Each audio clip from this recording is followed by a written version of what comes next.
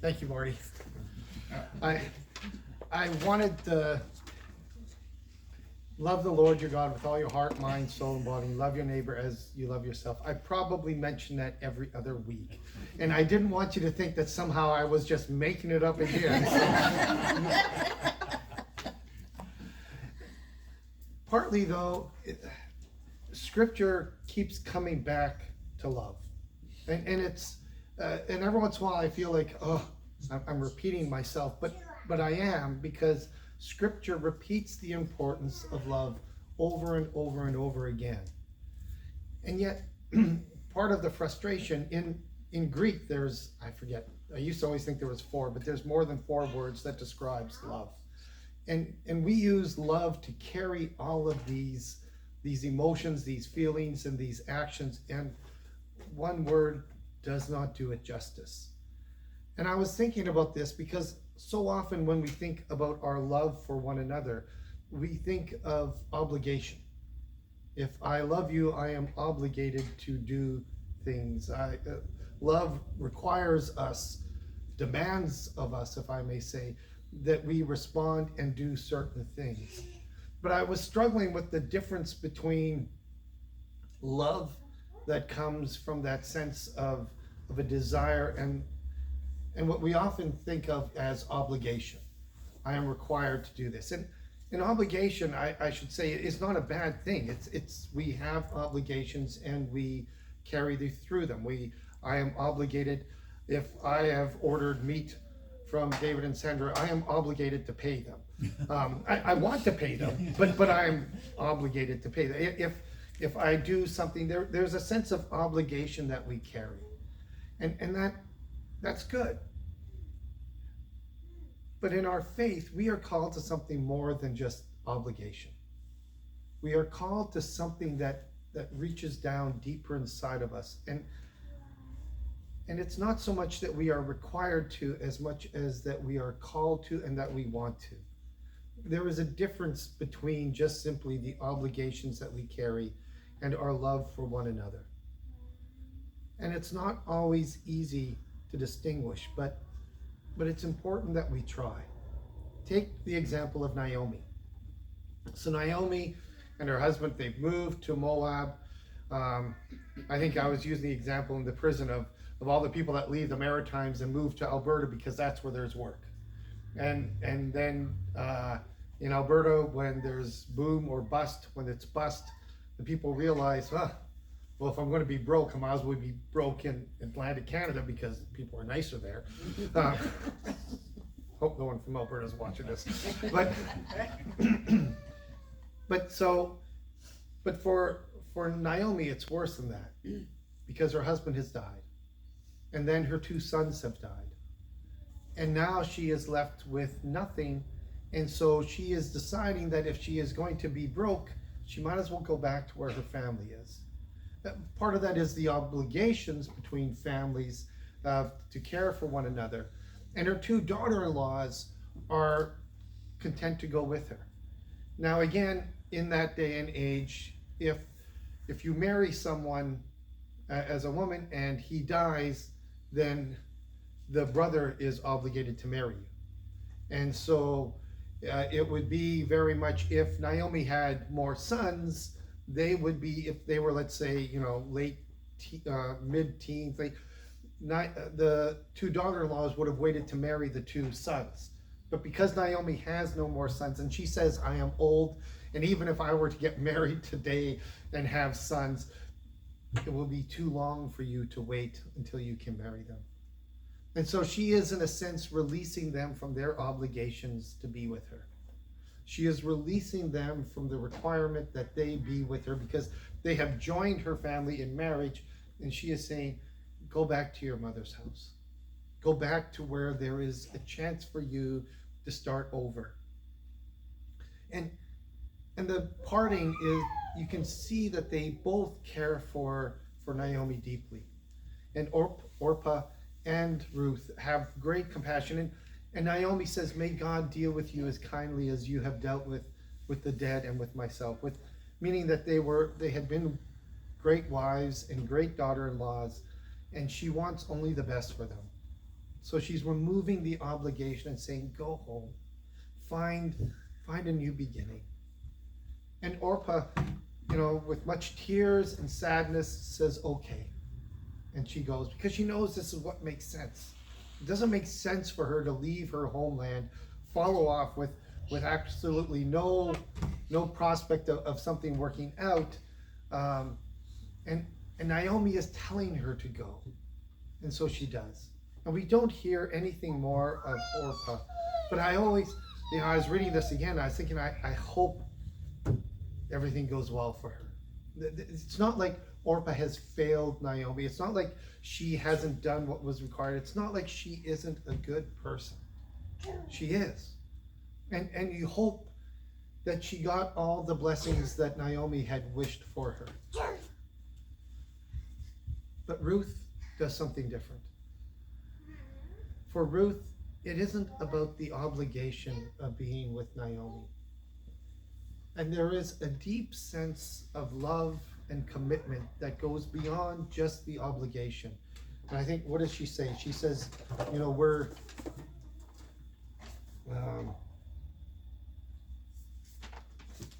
it helps if I don't pull last week's passages. Anyway, she says basically, where you go, I go. Where you die, I die. What is your lot is my lot. She ties her life with Naomi. Ruth loves Naomi and is willing to walk with her wherever she goes. And because of that, it's not a sense of, oh, I have to do this or I'm required to do this. This is what Ruth wants. And so she takes the extra step. She goes the extra, I was going to say mile, but then Kaylin would look at me. She goes the extra kilometer. We find so often that when we try to speak about what is required or what God calls us to, and we think of the obligations and all of those, but we miss that what we are really called to is the greatest commandment, is love. And this both requires more from us, but also in the same way, it doesn't require as much as it calls us to lean into it. Like I said, we don't know what happens to Orpah, but Ruth ends up in the genealogy of Jesus. Her imprint upon on Jewish faith and also on Christianity. Thousands of years later, we still speak of Ruth. She has her own book in the Bible. She's part of Jesus's genealogy. But she didn't follow Naomi because she knew all that. She didn't follow Naomi thinking, someday they're going to preach about me. She followed Naomi because she loved Naomi. And because for her, she would not want Naomi to go on her own. When we speak about love, there are so many words that are used and described. 1 Corinthians 13 is still truly amazing. But to be able to explain love to someone with only words, we will fail. Because love cannot be described. It has to come also from our actions. If we don't act out love, then the words won't carry and they will be hollow, which is too bad because it's easy to say all the right things. Like if you want, I can say all the words that are required and how amazing it is and stuff. And if I'm not required to live that out, whew, I could preach all day. But I am required to live it out. Because if I don't, then the words have no meaning. If I don't act in love, then I can't preach in love. I was thinking about this when I was speaking on Thursday. Part of how I came to understand, and I was talking with someone recently whose father had passed away, but how I have come to understand the unconditional love is by having glimpses of it given to me in my life. First and foremost, and I've said this before, was my mother, her love for me. And it's not that my father didn't love me, but I knew that no matter whatever happened, my mom's love would not waver. And it's sad for me to think that not everyone has had that experience of unconditional love. And I have been blessed in that I have continued to feel that with Pam, with my children, with congregations. I have been blessed to feel over and over and over what it means to be loved. And that's humbling. Because so many people in our world have not. So many people, when you talk about the concept of love, aren't able to say, yeah, I have felt that. So it becomes even more important for us to be able to be the ones that, in small little ways or in great ways, depending on it, but that we are the ones who somehow help others catch a glimpse of what it means to be loved. That sense of unconditional, we love you. It is hard. It is hard to convey that. It is hard for people to accept that. We are, in some ways, almost conditioned to think that we have to earn the things that we want to get. And it's inbred in us. So to be able to even for us who have received it all our lives, and for those of us who have been blessed, for us to be able to somehow convince others, it is a task. But can you think of a more beautiful task than trying to help people to understand what love is? And if we only quit because it gets hard, well, then we weren't really loving in the first place anyways. In fact, when it gets hard is when we are really understanding the importance of what it means to love. Not because we are obligated, but because we have been blessed and we are sharing the blessing with others. Calvin grew up in a very traditional family. And for a long time, this family has had a long tradition of, and they were large families, less so now as families got smaller, but it had been for generations that there were almost always 3 sons. And the first son would take over the farm and the land. But it was owned in with all of the family. The second son would get a respected position, something that would make a difference in the community, a lawyer, a doctor, always someone that the community would look up to, so the family kept its good reputation. And the third son was always required to be a priest. They were a Roman Catholic family, had been for years and years, and this is the way it had always been. And Calvin's father was the third son in this family, which creates a problem. Because Calvin's father was supposed to be a priest. And he had known this growing up, and he had worked at it. And Calvin's father had gone to seminary, and halfway through seminary, actually only the first year in, he had a child out of wedlock and left the seminary. And his wife left him, and Calvin came back home, Calvin's father came back home with his son, and within 3 years he had drank himself to death. And the family's disappointment, the family's disgrace over Calvin's father, it is what Calvin grew up under the shadow of. He never ever was let to forget how his father had failed.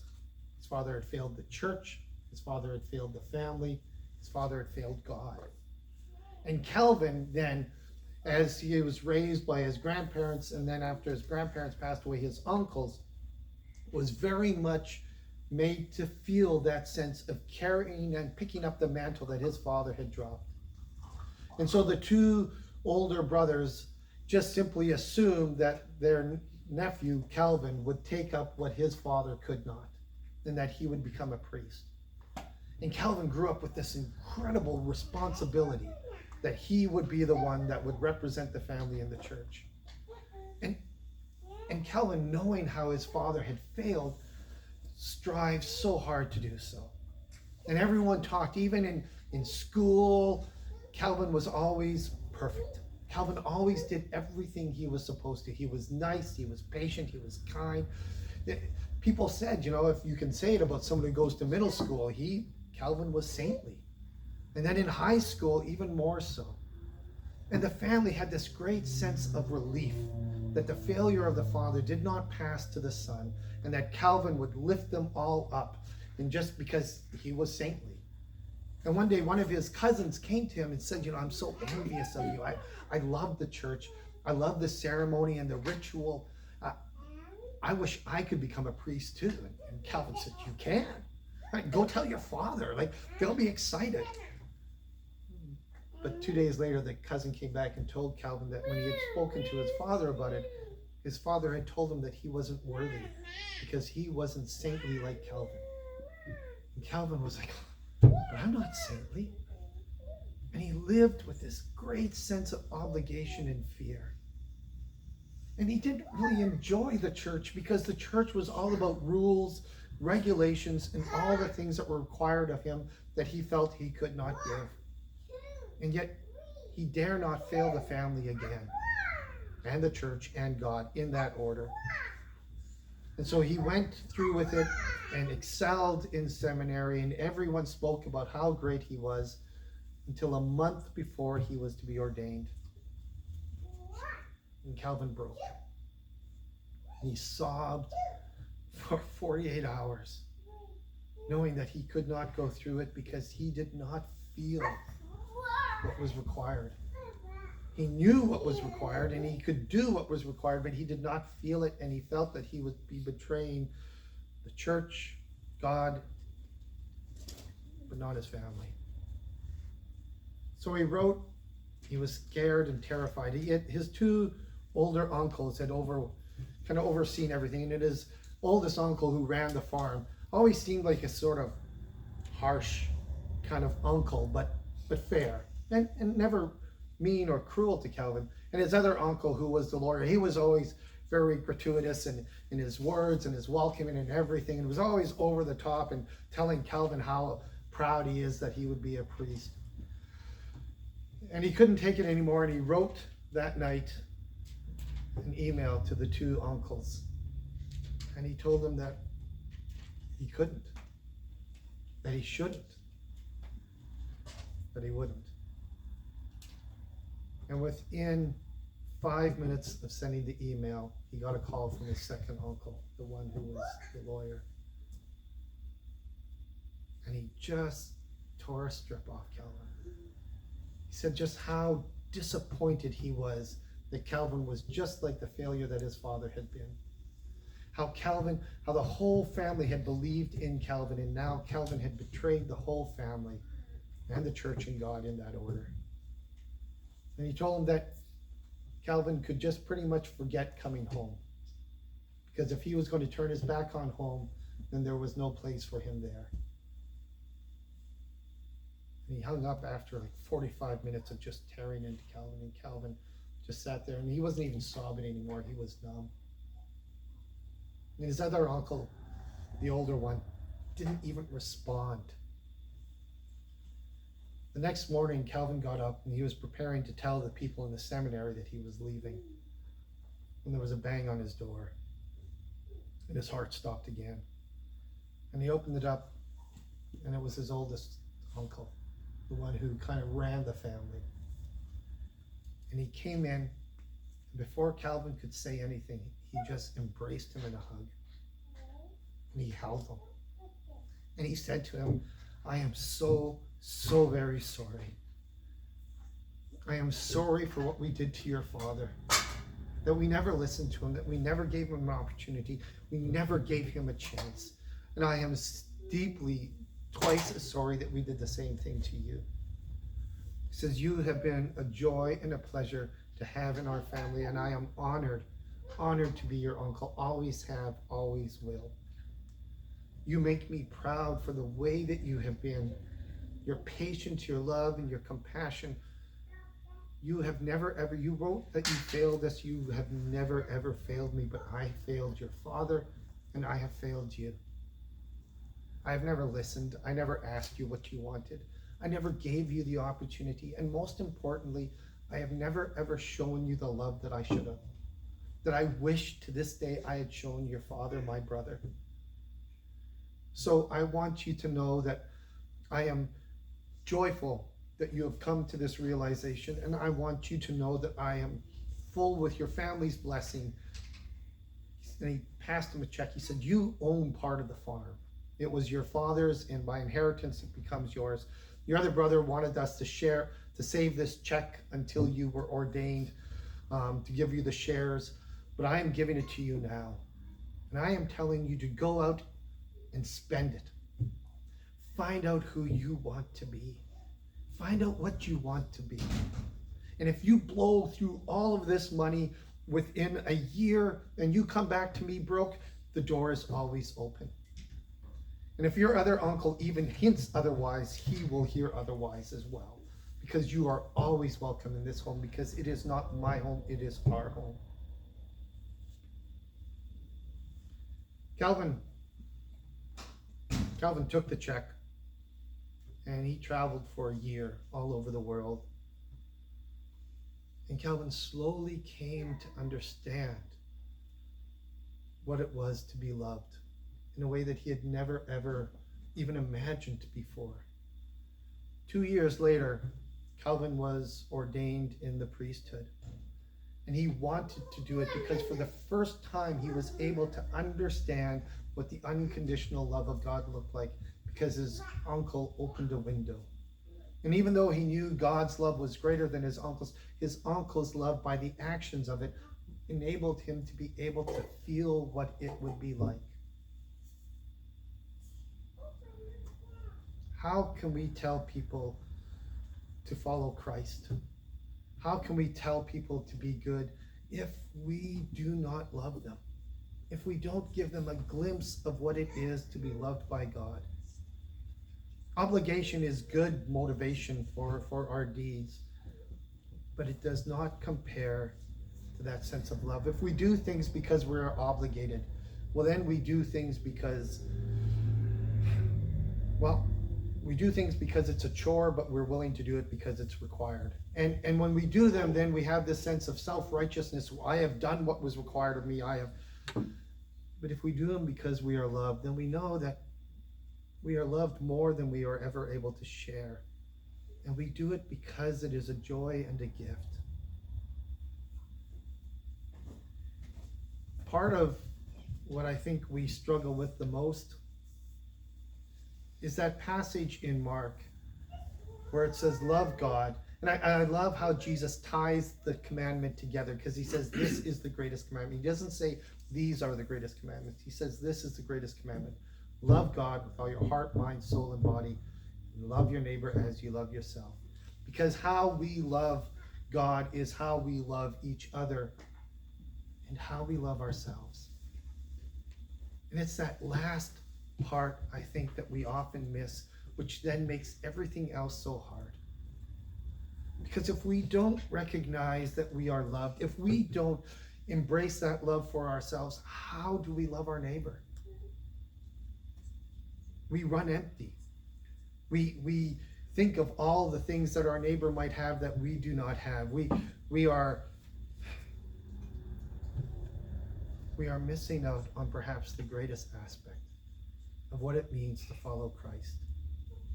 When we give up on ourselves, we give up on the love for ourselves. But when we love ourselves, we find the strength to love others as well.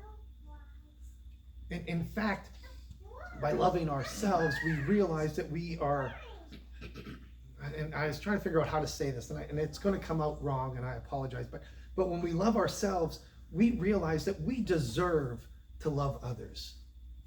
We deserve to be a loving, compassionate person, because that is the best life that we are called to. To hold on to our anger, to hold on to our resentment, to hold on to our entitlement, to hold on to our dismissal of others, that's not the full life. The full life is to love the people around us. And if we want the full life, we should love ourselves enough to know that we have the gift to love all the people around us. That is the life we are called to. Linda put up the display, and she was telling me, and I was trying to check on my phone. I felt bad while Marty was saying something, but the anniversary for Anabaptism, it's some sort of milestone, I think. I don't know, but the Martyr's Mirror is there. And I gave it to Tony because I told him now that he's baptized, he has to read the Martyr's Mirror and be told when people became Mennonites, they were killed. But the beauty of that book, the beauty of being an Anabaptist and a Mennonite, is the understanding that loving your enemy isn't an obligation, it isn't a task, it is a gift. Because we don't have to carry around our hatred, our anger, our disapproval, we don't have to carry around those negative feelings towards anyone. I'm not saying it's easy, because it's easier to grab onto those. But what a gift it is when we let go of all of that and we can love our enemies and our friends. What a life we are called to. The hate people hold has nothing to do with joy or rejoicing or the full life. The joy of being able to love others. If you love yourself, then love yourself enough to gift yourself with that. We are called to be a people not bent and twisted by obligation and requirements, but to set free with love and joy. To go through this world being the people that are a light. Some of us will be bright lights that others see. Others of us will be that quiet flame that burns dark in the darkest night. But be a light is what we are called to do. And the way that we let that light shine is by love. Love of God, love of neighbor, and please do not forget love of self.